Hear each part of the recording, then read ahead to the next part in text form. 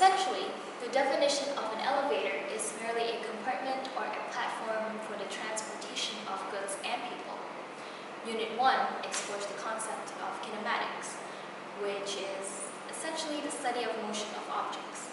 The concepts of position, displacement, velocity, and acceleration are further elaborated through their indirect and direct connection towards the study of the movement of objects, specifically elevators. When an elevator moves with a specific direction, there is a position. When the elevator moves from one position to another, it is the displacement. When the displacement of the elevator changes, it is called a velocity. Since the elevator is moving from rest, the initial velocity is 0. However, the final velocity of the elevator is most likely to be more than 0, which is the initial velocity. This is denoted by acceleration. Hey guys, today I'm gonna talk about the unit 2 that we choose for our project topic. First of all, our project topic is about the elevators, and the unit that I will choose for this project topic is about the Newton's laws of motions and the application of forces in everyday life. As you all know, there will be 3 laws of motions that is applied in these elevators. That are the Newton's first law of motions, second law of motions, and third law of motions.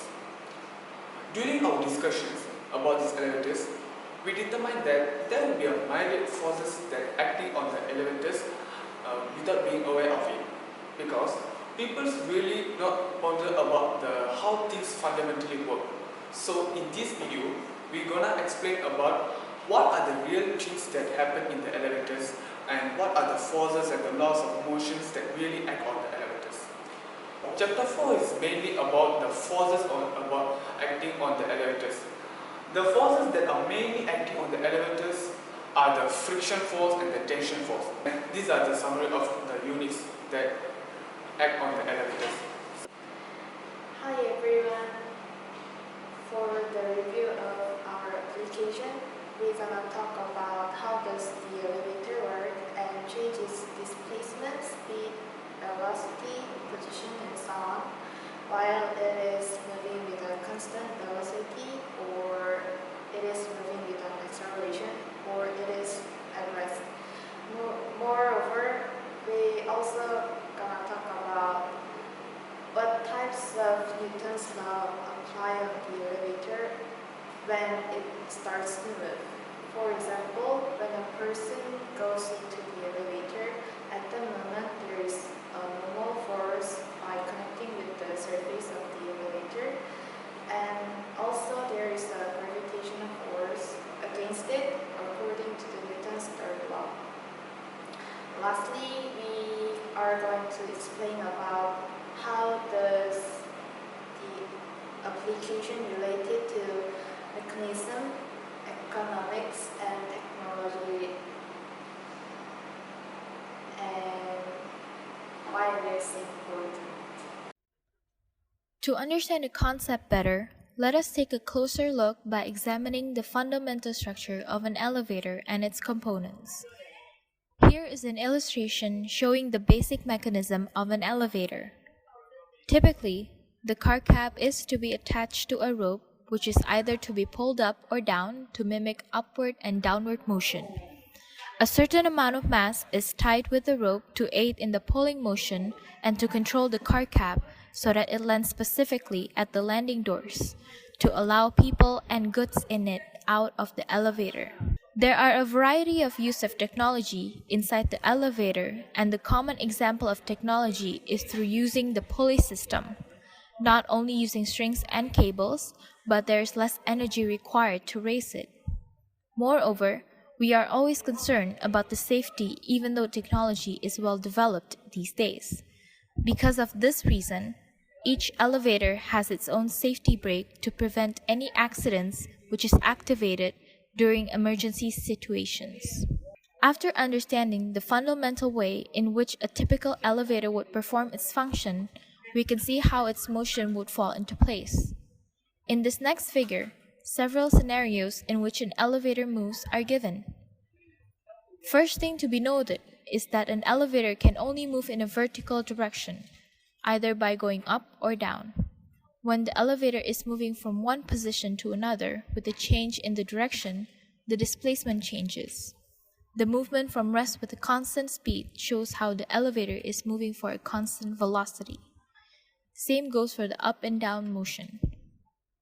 When there's no constant velocity, there's an acceleration for the elevator. Now, let's move on to the unit 2, which related more depth to the concept of elevator. As I said, unit 2 discussed above the Newton's laws of motion and the application of forces in daily life. As we previously discussed, elevator is a substance look like a platform or a compartment housed in a shaft or raising and lowering the goods or people to and from different levels. Basically, not only the elevators, while all the appliances that we use in our daily life undergoes Newton's laws of motion and the forces. In this elevator case, the elevator applied all the three types of Newton's laws. First of all, the elevator always applied the Newton's first law every time and everywhere. This is because Newton's first law states that whenever the external force applied on an object is zero, then the object will stay in rest or move with a constant velocity. So, if you look at the elevator, it always travels in a constant velocity for the safety purpose for the people who travel in the elevator. This is how the Newton's first law related to the elevator. If we move on to the Newton's second law of motion, which states that if the external force applied to an object is not zero, then the object will accelerate in the direction of the net force applied. This law applied on the elevator if there is a stress on the elevator, which is the power cut. During the power cut, the elevator moved straightly to the basement because the applied force was towards downward, which is the gravitational force. Next is about the Newton's third law. Newton's third law of motion states that for every action force, there is a simultaneous reaction force that is equal in magnitude but opposite in direction. This is such an interesting law because this law applied every time by ourselves when we step into the elevator. As we seen in the video above, as we step into the elevator, we applied a force backward by our leg, but we accelerate forward. This is because the force that we applied can be classified as action force, and the motion that we move forward can be classified as a reaction force. These are how the Newton's second law and third law of motion simply related to the concept of elevator. Next, let me look on how the applications of forces, which is the different types of forces related to the concept of the elevator. The main two forces that act on the elevator, as I previously said, was the tension and the friction force.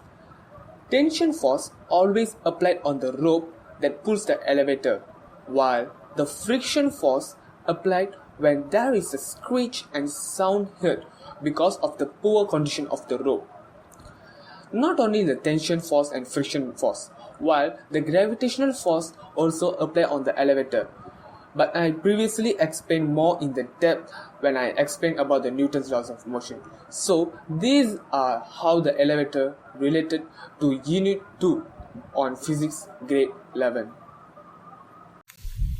In Unit 1, it will explain about the concept of kinematics, which is the study of motion of objects. The concepts of position, displacement, velocity, and so on are further elaborated due to their direct and indirect connection to the movement of objects. If an elevator moves with a specific direction, there is a position. When an elevator moves from rest to another position, there is a displacement. When the displacement of the elevator changes, there is a velocity.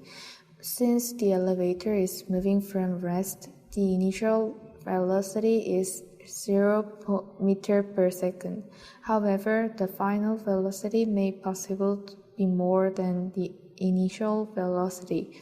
This is denoted by an acceleration, where there is a change in the velocity of the elevator when it changes its motion, which in the scientific form it is kinematics. This situation brings the main concept of Unit 1 of the textbook with an application of elevator. There are a variety of use of technology inside the elevator, and the common example of technology is by using pulley system. It is not only using strings and cables. There are less energy required to raise it. Each elevator has one own safety brake to prevent any accidents, which it activates in emergency situation. The elevator platform is lifted up and let down by shifting it and using pulley system, and the cable which makes it lifting shoots nearest several pulleys. When the main cable breaks or the elevator starts to fall downwards as a gravitational force to the earth, the strings will push the metal bars, which make it stop to fall down, and at that moment, the friction force might occur between the metal bars and the strings. Furthermore, there are speed controlling systems inside the elevator not to go fast or operate unexpectedly. It plays an important role in the elevator as one of the safety systems of the lift. If the lift starts to go faster than as usual, they push the lever to control the speed of the lift, and the lift will stop to accelerate by the lever because the friction might be occurred between the strings and the lever. Therefore, technology in the elevator acts an important role in moving the lift and for the safety system inside of it.